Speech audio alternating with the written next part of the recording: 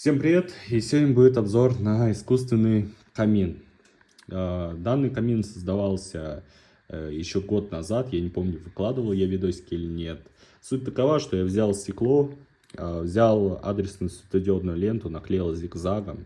А тут вроде 8 обрезков. И 8 или 9, честно не говоря, не помню. Ну и вот тут еще по центру также находится, вот она, тут более красная зона.